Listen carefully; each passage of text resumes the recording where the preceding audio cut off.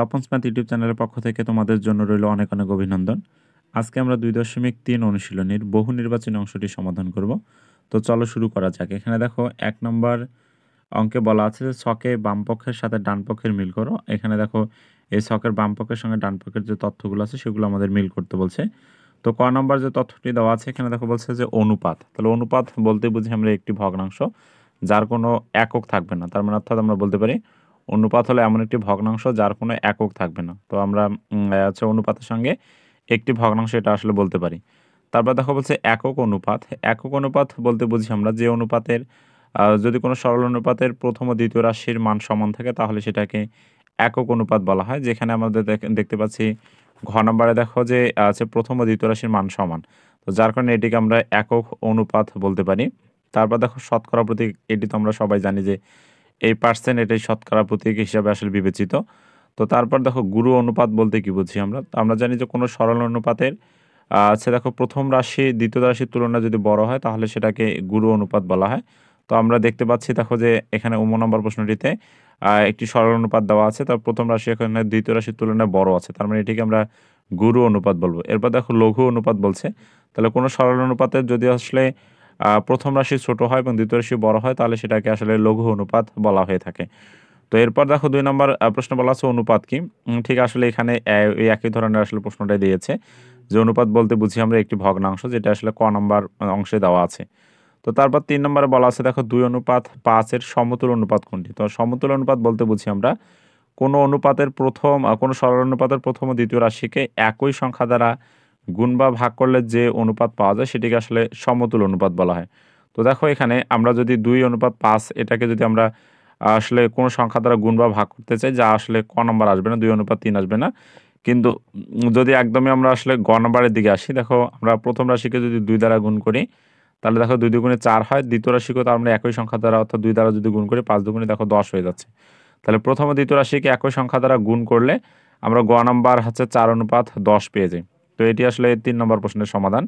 তো এরপর 4 নম্বর প্রশ্নে দেখো বলা আছে যে 3:4 এবং 4:5 এর মিশ্র অনুপাত কোনটি। তো মিশ্র অনুপাত বলতে বুঝি আমরা কতগুলো সরল অনুপাত দেওয়া থাকলে তাদের প্রথম রাশিগুলোর গুণফলকে প্রথম রাশি ও দ্বিতীয় রাশিগুলোর গুণফলকে দ্বিতীয় রাশির আকারে লিখলে যে অনুপাত পাওয়া যায় সেটিকে আসলে মিশ্র অনুপাত বলে।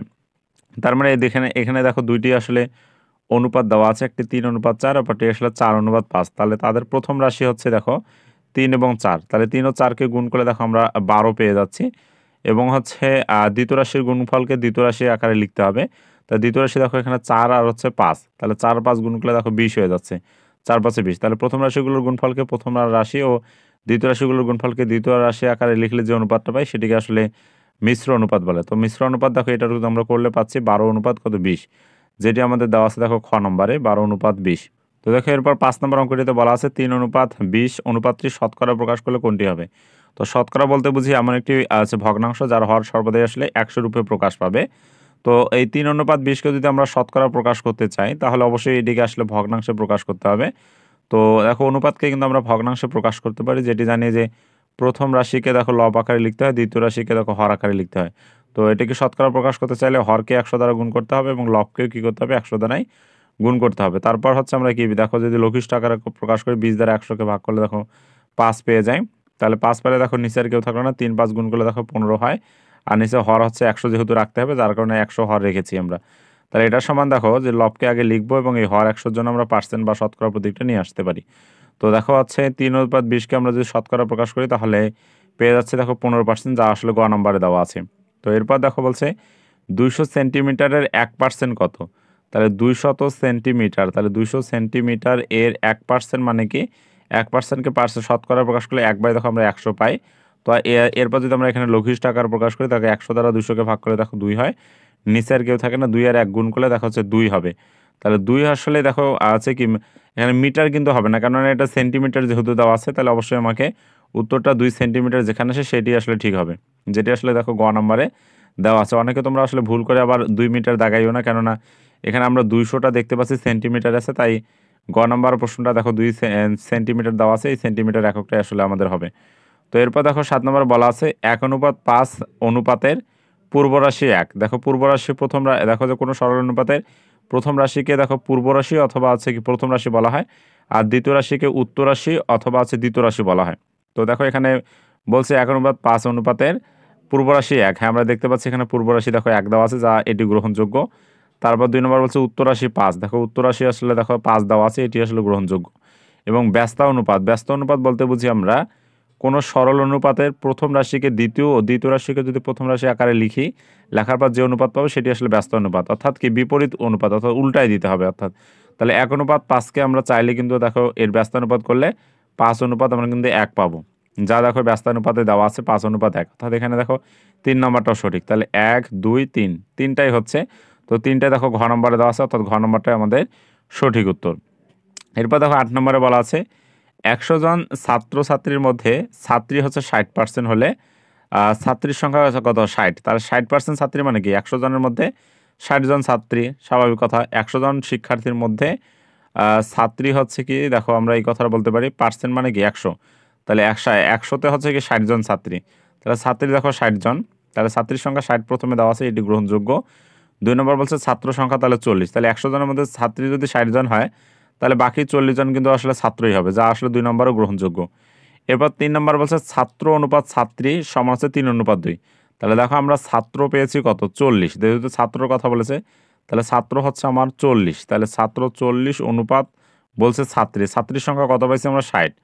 তাহলে 60, এটিকে যদি আমরা অনুপাতে প্রকাশ করি তাহলে দেখো আমরা 40:60 পাই। বা এটাকে যদি আমরা সরলীকরণ করি, অর্থাৎ লঘিষ্ঠ আকারে প্রকাশ করি, তাহলে দেখো আমরা 20 দ্বারা 40কে ভাগ করলে দেখো 2 হয়, এবং 60কে ভাগ করলে দেখো 3 হয়, অর্থাৎ 2:3 হবে। কিন্তু এখানে দেখো দিয়েছে 3:2, যা কিন্তু এটি গ্রহণযোগ্য নয়।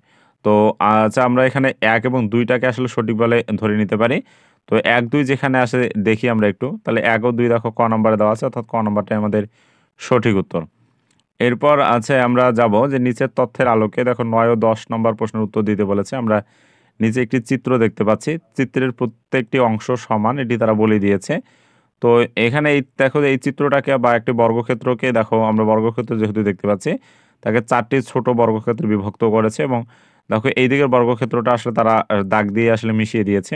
তো এখানে বলছে চিত্রের দাগান্বিত অংশ সম্পূর্ণ অংশের অনুপাত কত? তাহলে দাগান্বিত অংশ যেহেতু আগে বলছে, তাহলে দাগান্বিত অংশ আমরা 1 দেখতে পাচ্ছি এবং সম্পূর্ণ অংশ দেখতে পাচ্ছি দেখো 1 2 3 4, তাহলে 4 দেখতে পাচ্ছি। তাহলে দাগান্বিত অংশ সম্পূর্ণ অংশের অনুপাতে যেহেতু প্রকাশ করতে বলছে, তা প্রথমে দেখো দাগান্বিত কথা বলছে, তাই দাগান্বিত অংশটা দেখো আমরা প্রথমে লিখেছি, তারপর বলছে সম্পূর্ণ অংশ। তাহলে সম্পূর্ণ অংশ দেখো আমরা দ্বিতীয়তে লিখেছি, সম্পূর্ণ অংশ 1 2 3 4, 4টা অংশ দেওয়া আছে। তাহলে এটিকে যেহেতু অনুপাতে প্রকাশ করতে বলছে, তাহলে আমরা লিখতে পারি 1 অনুপাত কত বলে দেখি 4। দেখো আমরা 4 এখানে পাচ্ছি। তো যেটি আসলে ক নম্বরে হবে 1 অনুপাত কত? 4। তো যদি এটি বলতো যে সম্পূর্ণ অংশ অনুপাত দাগান্বিত অংশ, তার মানে তখন সম্পূর্ণ অংশ কিন্তু হতো 4।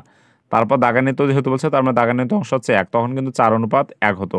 তখন কিন্তু আসলে ঘ নম্বর প্রশ্নটি বা ঘ নম্বর উত্তরটি আসলে সঠিক হতো। তো এরপর দেখো 10 নম্বরে বলা আছে যে চিত্রের বৃহত্তম বর্গক্ষেত্রটির ক্ষেত্রফল কত? অর্থাৎ বৃহত্তম বর্গক্ষেত্র মানে কি? একটা সম্পূর্ণ বর্গক্ষেত্রটা, এটির ক্ষেত্রফল আমাদের যেহেতু বের করতে বলেছে। তো দেখো হচ্ছে এক বাহুর দৈর্ঘ্য কত? 2 মিটার, এক বাহুর দৈর্ঘ্য 2 মিটার। তো আমরা বর্গের ক্ষেত্রফল নির্ণয়ের সূত্র যেটি জানি, এক বাহুর দৈর্ঘ্য গুণন হচ্ছে এক বাহুর দৈর্ঘ্য। তাহলে এক বাহুর দৈর্ঘ্য কত?